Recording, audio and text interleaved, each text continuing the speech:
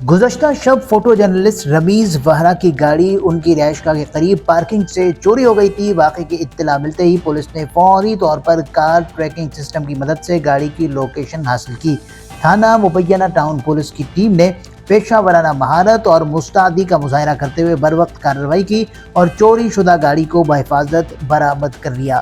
رمیز وہرا نے گاڑی کی بازیابی پر سندھ پولیس، سی سی پی او کراچی اور ایڈیشنل آئی جی کا تہہ دل سے شکریہ ادا کیا اور پولیس کی فوری کارروائی کو سراہتے ہوئے اسے عوام کے اعتماد کی بحالی کی جانب ایک مثبت قدم قرار دیا۔ ڈسٹرکٹ کورنگی کی یونین کونسل 5 عوامی کالونی میں ترقیاتی کام جاری ہیں۔ میئر کراچی بیرسٹر مرتضی وہاب کے ویژن کے تحت انفراسٹرکچر میں بہتری لانے کے لیے مختلف منصوبے مکمل کیے جا رہے ہیں۔ علاقہ مکینوں کا کہنا ہے کہ یہ تبدیلی قابل دید ہے اور ڈسٹرکٹ کورنگی کی یونین کونسل 5 عوامی کالونی میں ترقیاتی کام جاری ہیں۔ میئر کراچی بیرسٹر مرتضی وہاب کے ویژن کے تحت انفراسٹرکچر میں بہتری لانے کے لیے مختلف منصوبے مکمل کیے جا رہے ہیں۔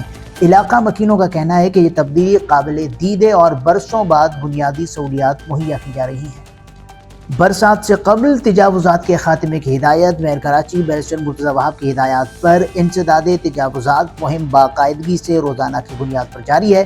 میئر کراچی نے برساتوں سے پہلے مہم کو مزید تیز کرنے کی ہدایت جاری کی ہے۔ سینئر ڈائریکٹر عمار خان کی نگرانی میں ایم ٹی خان روڈ اور ضلع کیماڑی کے اطراف آپریشن کر کے سامان ضبط کیا گیا اور سڑکوں کو کلیئر کروا دیا گیا۔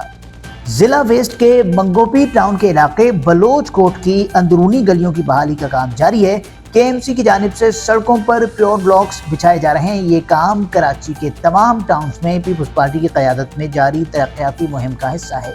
سندھ حکومت نے اعلان کیا ہے کہ کراچی میں انتہائی خستہ 54 عمارتوں کے انہدام کے نتیجے میں بے گھر ہونے والے خاندانوں کو امداد کے طور پر 3 مہینوں کا کرایہ ادا کیا جائے گا۔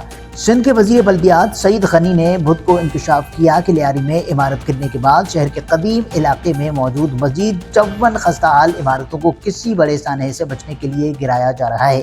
سعید غنی نے جماعت اسلامی سے وابستہ مختلف ٹاؤنز کے چیئرمین سے ملاقات کے بعد صحافیوں سے گفتگو کرتے ہوئے کہا کہ ناقابل رہائش قرار دی گئی عمارتوں کو خالی کرانے کا عمل بھی تیزی سے جاری ہے۔ گورنر سندھ کامران خان ٹسوری نے لیاری میں گرنے والی عمارت کے متاثرین سے کیے گئے وعدے کو نبھاتے ہوئے راشن بیگز اور تیار کھانے متاثرہ خاندانوں اور اطراف کے مکینوں میں تقسیم کروائے۔ گورنر سندھ نے لیاری کا دورہ کیا تھا جہاں انہوں نے متاثرین سے ملاقات کے دوران امدادی سامان کی فراہمی کا اعلان کیا تھا۔ وعدے کے مطابق متعلقہ علاقوں میں راشن بیگز اور کھانے پہنچائے گئے، جس پر اہل علاقہ نے اظہار تشکر کیا۔